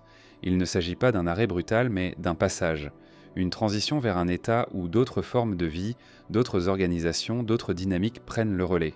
La Terre a déjà connu ces transitions, elle en connaîtra d'autres. La parenthèse humaine, si elle se referme, ne sera ni la première ni la dernière. Cette vision invite à un regard plus calme sur la durée humaine. Ni exaltation, ni effacement volontaire. Simplement la reconnaissance d'une position intermédiaire, située entre un passé immense et un futur indéterminé. L'humanité se trouve à l'intérieur d'une phrase qu'elle n'a pas commencée et qu'elle ne terminera pas. À mesure que cette idée s'installe, une dernière interrogation émerge. Si l'humanité est une parenthèse, que devient la Terre après sa fermeture ? À quoi ressemble un monde façonné par un passage conscient, mais libéré de sa présence ? Cette question ouvre naturellement vers l'exploration d'un futur sans témoins humains, non comme une absence, mais comme une continuité différente, encore à imaginer. Imaginer un futur sans témoins humains ne revient pas à imaginer un vide. La Terre ne connaît pas le silence au sens où nous l'entendons. Même en l'absence de regard conscient, les processus continuent, les cycles se poursuivent, les formes de vie interagissent. Ce futur ne serait pas une fin, mais une transformation de la manière dont le monde est habité. Lorsque les structures humaines cessent d'être entretenues, les premières modifications sont rapides. Les surfaces empilées se fissurent, les systèmes se désorganisent. Les matériaux exposés aux éléments commencent à se dégrader. Cette phase initiale est marquée par une dissolution visible des formes artificielles, mais très vite un autre mouvement prend le relais. La vie non humaine explore ces espaces libérés, utilisant les restes comme support temporaire, puis puis les intégrant à des dynamiques biologiques plus larges. Les villes deviennent des terrains d'expérimentation écologique. Les sols artificiels se fragmentent, se mélangent aux sédiments naturels. Les plantes colonisent les interstices, les animaux s'adaptent aux nouvelles configurations. Ce processus ne suit aucun plan. Il progresse selon les opportunités locales, les conditions climatiques, la disponibilité des ressources. En quelques générations biologiques, les marques humaines les plus visibles commençant à s'estomper. À plus long terme, les cycles planétaires reprennent leur rythme dominant. Les rivières modifient leur cours. Les côtes avancent ou reculent. Les forêts s'étendent ou se contractent selon les climats. Les régions autrefois façonnées par des activités humaines intenses deviennent méconnaissables. Les frontières tracées par les sociétés s'effacent, remplacées par des gradients écologiques continus. L'absence de témoins humains ne signifie pas l'absence de mémoire. La Terre conserve des états, non des récits. Les modifications chimiques, biologiques et géologiques persistent un temps, influençant les conditions de ce qui vit ensuite. Certaines espèces prospèrent dans ces environnements hérités. D'autres disparaissent, la sélection se poursuit, indifférente à l'origine des conditions. Il est possible que certaines conséquences du passage humain se manifestent longtemps après sa disparition. Des déséquilibres enclenchés mettent du temps à se résorber. Des compositions atmosphériques modifiées influencent durablement les climats. Des extinctions irréversibles redessinent les réseaux du vivant. Ce futur sans témoin naissant n'en est pas un retour à un état antérieur. C'est un monde nouveau, façonné par une histoire dont l'humanité a été un épisode. Ce monde n'a pas besoin d'être observé pour exister pleinement. Les processus biologiques ne dépendent pas de la conscience pour fonctionner. Les relations entre espèces se développent, se complexifient, se transforment sans regard extérieur. La notion même de sens disparaît en tant que catégorie pertinente. Ce qui subsiste, ce sont des dynamiques, des flux, des équilibres temporaires. Certaines structures humaines pourraient persister plus longtemps que d'autres. Des fondations enfouies, des matériaux résistants, des traces diffuses intégrées aux couches sédimentaires. Mais leur signification serait perdue. Elles ne seraient plus des objets. Elles deviendraient des éléments du milieu, exploités ou contournés par les formes de vie présentes. Avec le temps, la planète intégrerait pleinement cette phase passée. Les signatures humaines deviendraient des anomalies mineures dans des ensembles plus vastes. Elles cesseraient d'être distinctes. La Terre a déjà absorbé des perturbations comparables. Elle a tendance à intégrer des périodes de transformation rapide, puis poursuivi son évolution selon de nouvelles trajectoires. Ce futur sans témoin invite à repenser la notion de présence. Être présent ne signifie pas être observateur. La majorité de l'histoire de la vie s'est déroulée sans regard conscient. Cette absence n'a pas empêché l'émergence de formes complexes, de systèmes élaborés, de dynamiques riches. La conscience humaine n'est pas une condition nécessaire à la vitalité de la planète. Il est possible que d'autres formes de conscience émergent à l'avenir. La Terre a déjà produit des systèmes capables de perception, d'interaction fine avec l'environnement. Rien n'indique que ce processus soit clos. Mais ces formes, si elles apparaissent, ne seront pas des héritières au sens humain. Elles n'auront pas accès au récit passé. Elles évolueront dans un monde dont les conditions auront été partiellement façonnées par une histoire oubliée. Cette perspective dissout l'idée d'un legs intentionnel. L'humanité ne transmettra pas un message clair au futur lointain. Elle transmettra des conditions. Ces conditions seront interprétées, intégrées, transformées par ce qui viendra après. Le futur sans témoin n'est pas une page blanche, mais un palimpseste dont les couches profondes influencent les formes émergentes. Dans ce monde, la temporalité humaine perd toute pertinence. Les durées se mesurent à nouveau en cycles lents, en transformation graduelle. Les rythmes rapides, caractéristiques de l'activité humaine, s'estompent. La planète retrouve une forme de continuité qui ne dépend plus d'une espèce dominante consciente. Il est tentant de projeter des émotions humaines sur ce futur, d'y voir une perte, un abandon, un échec. Mais ces catégories ne s'appliquent pas à l'échelle planétaire. La Terre ne connaît ni regret ni soulagement. Elle intègre, elle transforme. Elle poursuit ses dynamiques selon des lois indifférentes au jugement. Ce futur sans témoin n'est pas nécessairement stable. Il connaîtra des bouleversements, des crises, des réorganisations. La vie continuera de fluctuer, de se diversifier, de disparaître localement, puis de réapparaître sous d'autres formes.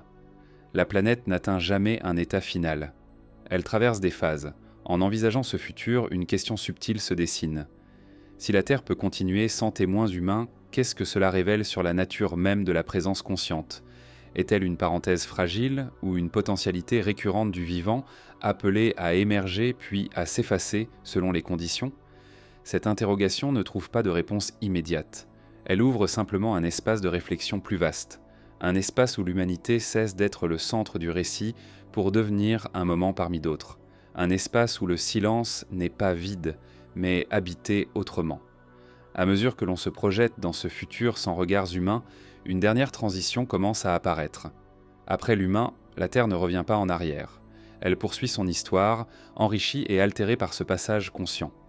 Ce mouvement invite à explorer non pas ce qui disparaît, mais ce qui continue, et comment cette continuité redéfinit ce que signifie exister sur une planète qui n'a jamais eu besoin d'être observée pour être vivante. Lorsque l'on tente d'imaginer ce qui vient après l'humain, le langage se trouble. Les mots disponibles sont chargés de projections, de peur, de désir. Ils supposent souvent une rupture nette, un avant et un après, clairement séparés. Pourtant, l'histoire de la Terre suggère autre chose. Les transitions ne sont jamais instantanées. Elles se déploient dans des zones intermédiaires, floues, où l'ancien persiste pendant que le nouveau s'installe. Après, l'humain ne signifie pas nécessairement sans toute influence humaine. Les effets d'un passage conscient se prolongent de bien au-delà de la disparition de ceux qui l'ont initié. Les conditions modifiées continuent d'agir. Les équilibres déplacés influencent les trajectoires futures. Ce qui suit n'est pas un monde vierge, mais un monde hérité, traversé par des dynamiques enclenchées auparavant. Dans ce monde, certaines formes de vie trouveront des opportunités inédites. Des environnements transformés offriront des niches nouvelles. Des espèces capables de tolérer des conditions variables prospéreront, là où d'autres disparaîtront. La diversité ne reviendra pas nécessairement à ce qu'elle était. Elle prendra d'autres formes, explorera d'autres configurations. La continuité du vivant ne repose pas sur la répétition, mais sur l'invention. Il est probable que certaines pertes soient définitives. L'histoire de la Terre montre que toutes les disparitions ne sont pas compensées. Certaines lignées s'éteignent sans descendance fonctionnelle. Les relations complexes qu'elles entretenaient ne sont pas toujours recréées. Après l'humain, le monde sera donc différent de celui qui a précédé son apparition, non seulement par ce qui aura été ajouté, mais par ce qui aura été perdu. Cette asymétrie est essentielle. Elle rappelle que chaque phase laisse une empreinte unique, non reproductible. La Terre n'efface pas pour recommencer à l'identique. Elle transforme, elle superpose, elle accumule des états successifs qui conditionnent les suivants. Après l'humain, la planète portera la marque d'une phase où la conscience a joué un rôle direct dans la modification des systèmes. Mais cette marque ne sera pas centrale. Elle deviendra progressivement périphérique, intégrée à des dynamiques plus vastes. Les cycles naturels absorberont ce qui peut l'être. Les excès se dissiperont. Les structures rigides céderont. Ce processus prendra du temps, bien au-delà des durées humaines. Il se déroulera sans témoin conscient pour en constater les étapes. Dans cette continuité, la question de ce qui vient après ne renvoie pas uniquement aux formes de vie. Elle concerne aussi les modes d'organisation. Les systèmes complexes émergent lorsque les conditions le permettent. Ils peuvent être biologiques, écologiques ou d'une autre nature encore. Rien n'indique que la capacité à structurer le monde de manière collective soit réservée à une seule espèce. Il est possible que de nouvelles formes de régulation apparaissent, des équilibres différents adaptés à des conditions transformées. La Terre a déjà connu des périodes où les cycles dominants étaient très différents de ceux que nous connaissons. Ces périodes n'étaient ni plus ni moins légitimes. Elles étaient simplement compatibles avec les paramètres du moment. Après l'humain, le temps reprendra une épaisseur que notre présence avait en partie comprimée. Les transformations redeviendront majoritairement lentes. Les ajustements se feront sur des durées longues. Les accélérations ponctuelles existeront encore, mais elles ne seront plus coordonnées par une volonté consciente globale. La planète retrouvera un rythme plus proche de celui qui a dominé la majeure partie de son histoire. Ce retour à une temporalité étendue ne signifie pas une simplification générale. La complexité ne disparaît pas avec la conscience humaine. Elle change de forme. Les réseaux du vivant continueront de s'entrelacer. Les interactions deviendront peut-être moins visibles à l'échelle globale, mais elles n'en seront pas moins riches. La Terre n'a pas besoin d'observateurs pour produire de la complexité. Dans ce futur, l'idée même d'un centre perdra sa pertinence. Il n'y aura plus de point de vue global, plus de récit unifié. Les dynamiques locales domineront. Les systèmes évolueront de manière différenciée selon les régions, les climats, les conditions héritées. Cette fragmentation n'est pas un appauvrissement. Elle est une caractéristique ancienne du monde vivant. Il est également possible que certaines technologies humaines persistent sous des formes transformées, non comme des outils intentionnels, mais comme des matériaux intégrés au cycle naturel. Des substances inédites deviendront des composantes du milieu. Elles seront exploitées, contournées, neutralisées par des organismes capables de s'y adapter. Ce processus, déjà observable, se poursuivra sans plan directeur. Après l'humain, la Terre ne cherchera pas à réparer ce qui a été modifié. Elle n'a pas de référence idéale. Elle ajustera ses équilibres en fonction des contraintes présentes. Certaines trajectoires deviendront plus probables, d'autres s'éteindront. Ce tri ne répondra à aucun critère moral. Il sera le résultat d'interactions matérielles et biologiques. Cette perspective oblige à abandonner l'idée d'un jugement final.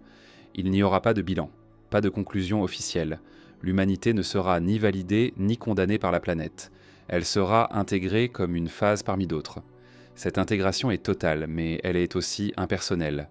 Elle dissout les récits au profit des États. Dans ce monde d'après, ce qui aura compté ne sera pas la durée de la présence humaine, mais la manière dont elle aura infléchi certaines trajectoires. Certaines bifurcations auront été ouvertes, d'autres fermées. Ces choix, même s'ils ne sont plus attribuables à une intention consciente, continueront d'agir comme des contraintes ou des opportunités pour le vivant futur. Il est tentant de chercher dans ce futur une forme de consolation ou d'avertissement. Mais ces lectures restent humaines. La Terre, elle, poursuivra son histoire sans y inscrire de message explicite. Elle continuera de produire des mondes successifs, chacun adapté à ses conditions propres, chacun transitoire à sa manière. Après l'humain, il n'y aura pas de silence absolu. Il y aura une autre forme de présence. Une présence sans récit, sans mémoire consciente, mais riche de relations, de transformations, de cycles. Ce monde ne sera ni meilleur ni pire. Il sera simplement différent, comme l'ont été tous les mondes qui l'ont précédé. Cette continuité invite à un dernier déplacement du regard. Plutôt que de se demander ce qui vient après l'humain, comme une rupture radicale, il devient possible de le penser comme une transformation graduelle, déjà en cours. Les conditions de ce futur se construisent dans le présent, dans les interactions actuelles entre le vivant, la matière et les systèmes que l'humanité a mis en mouvement. À mesure que cette idée s'installe, une forme de calme peut émerger. Non pas un apaisement naïf, mais une lucidité. La reconnaissance que la Terre n'attend rien de particulier de ses habitants. Elle offre des possibilités, puis les modifie. Elle n'a jamais cessé de le faire. L'humain n'a été qu'un moment où ces possibilités ont été explorées de manière consciente et accélérée. Ce constat ne clôt pas le récit. Il l'ouvre vers une continuité plus vaste où l'absence de témoins ne signifie pas l'absence de devenir.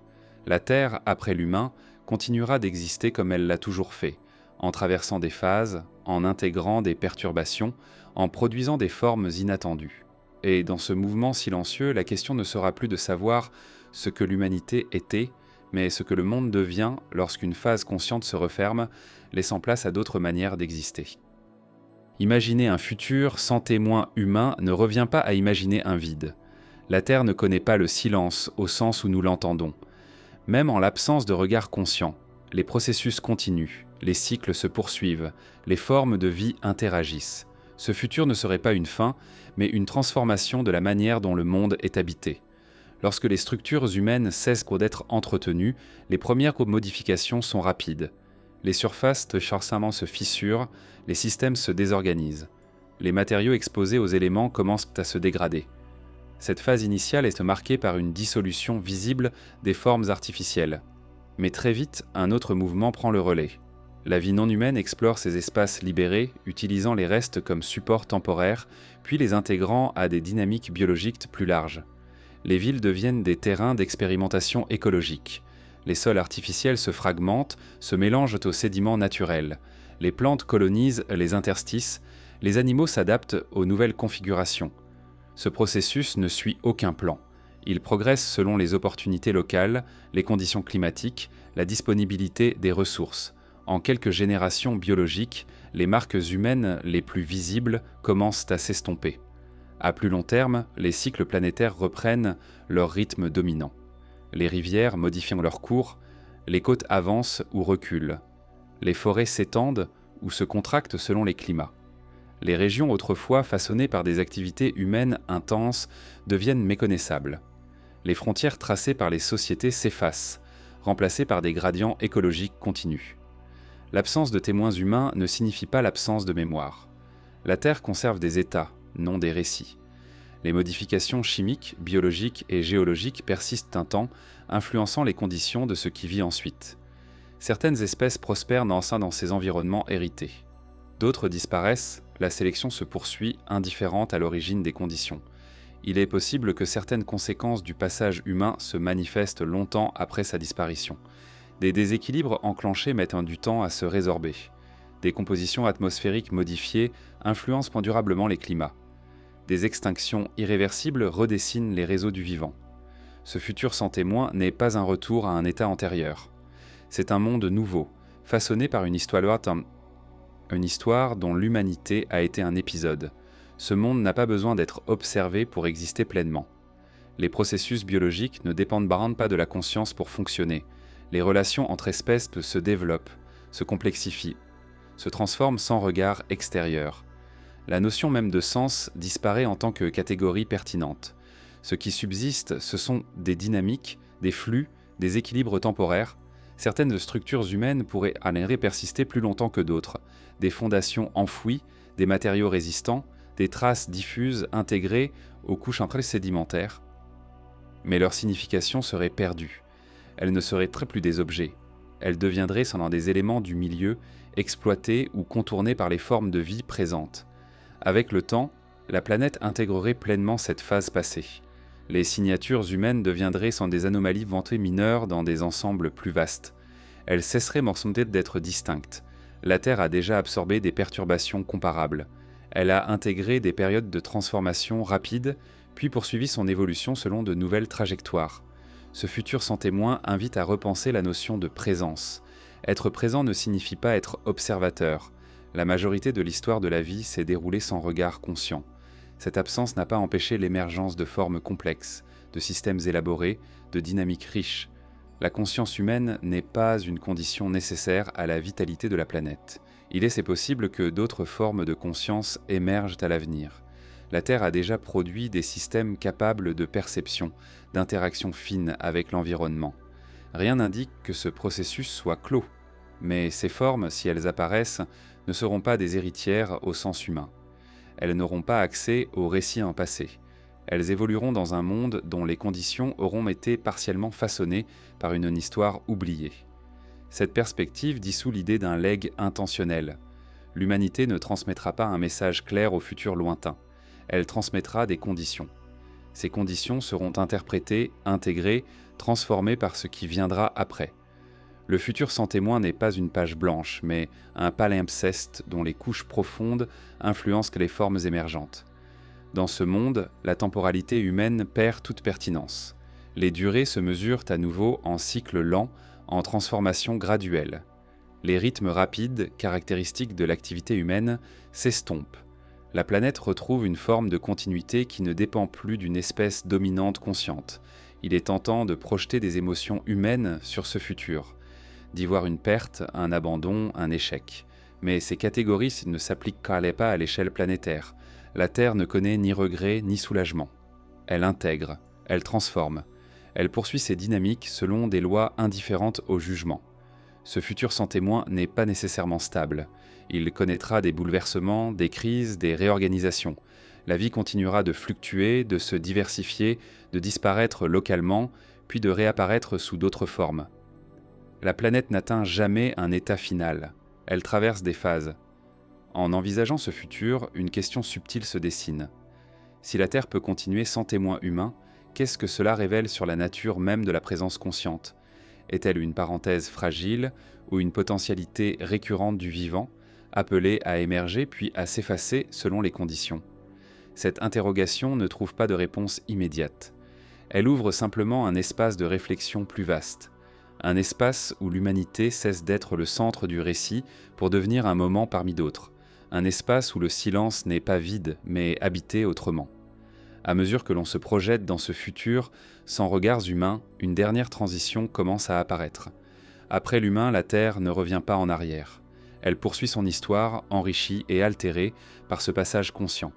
Ce mouvement invite à explorer non pas ce qui disparaît, mais ce qui continue, et comment cette continuité redéfinit ce que signifie exister sur une planète qui n'a jamais eu besoin d'être observée pour être vivante.